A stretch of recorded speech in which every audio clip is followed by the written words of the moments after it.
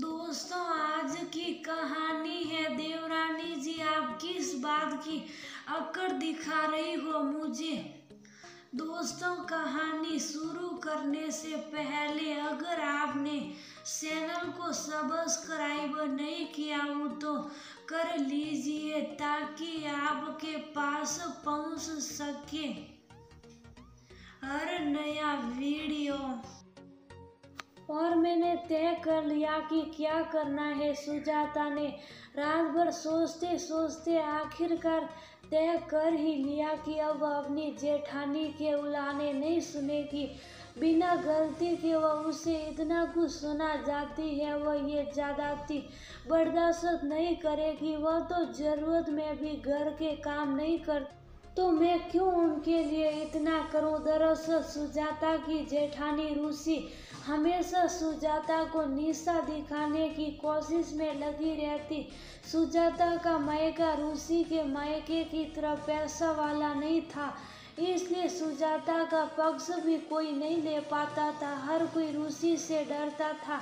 सुजाता का पति अगर किसी दिन रूसी से सुजाता के लिए कुछ कह भी देता तो उस दिन पूरे दिन घर में कलेश रहता। न तो रूसी खुद कुछ खाती न किसी को खाने देती, इसलिए उसे सहकर भी कोई कुछ नहीं कहता।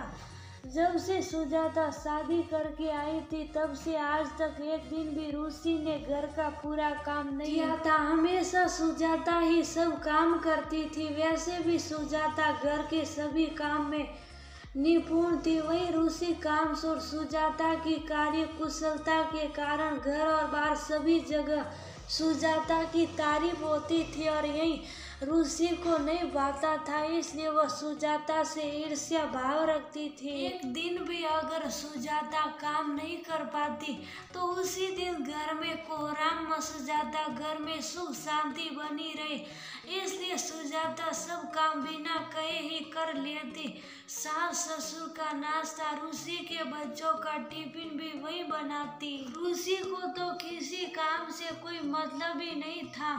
मन आया तो काम किया और वरना कोई बात नहीं। एक बार सुजाता अपने मायके गई हुई थी। शाम में ही वो वापस आने वाली थी, तो उस दिन दोपहर का खाना और शाम की चाय तो रूसी ने बना ली, लेकिन रात के खाने का कोई मतलब नहीं।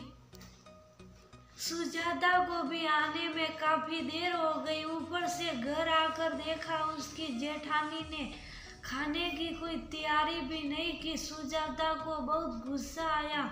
उसने अपनी सासू माँ से कहा भी कि माँ जी, अगर मैं घर नहीं आती तो क्या घर में कोई खाना नहीं खाता?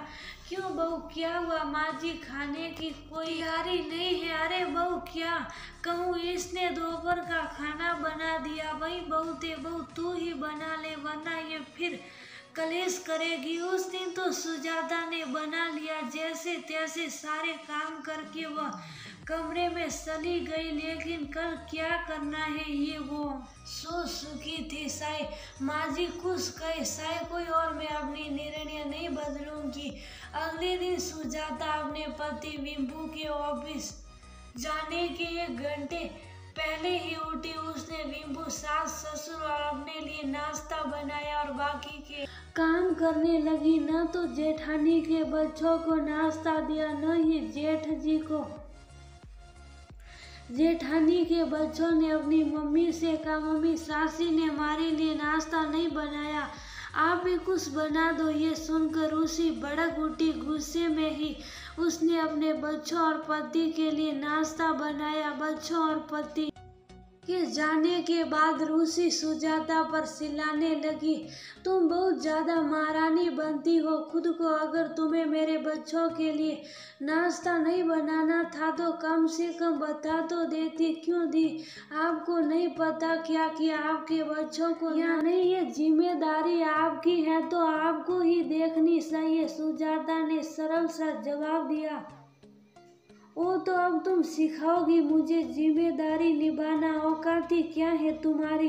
किस बात की अकड़ दिखा रही हो मुझे? सबसे पहली बात तो ये भाभी जी, मेरी जो भी औकात है मैं उसी में खुश हूँ। रही बात अकड़ की, मैं क्यों किसी को आखिर दिखाऊं, वैसे भी आपकी नौकरानी नहीं हूँ मैं।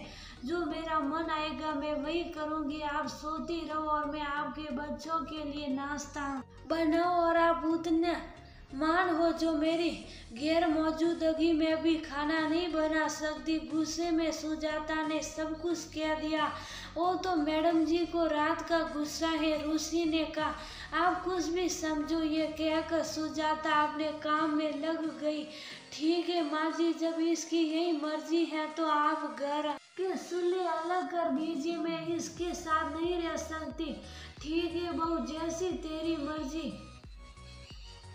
सासू माँ के मुंह से ऐसे सुनकर रूसी शौक हो गई, क्योंकि ये सब तो उसने माँ जी को डराने के लिए कहा था। लेकिन अब क्या करती, कहा तो खुद उसने ही है। लेकिन सुजाता और उसकी सासू माँ दोनों ही बहुत खुश थे। वह तो कब से ये सासते थे, लेकिन मजबूरी वश कह नहीं पा रहे थे। 2-4 दिन में उनके चूल्हे पूरी तरह से अलग हो गए और सब लोग शांति से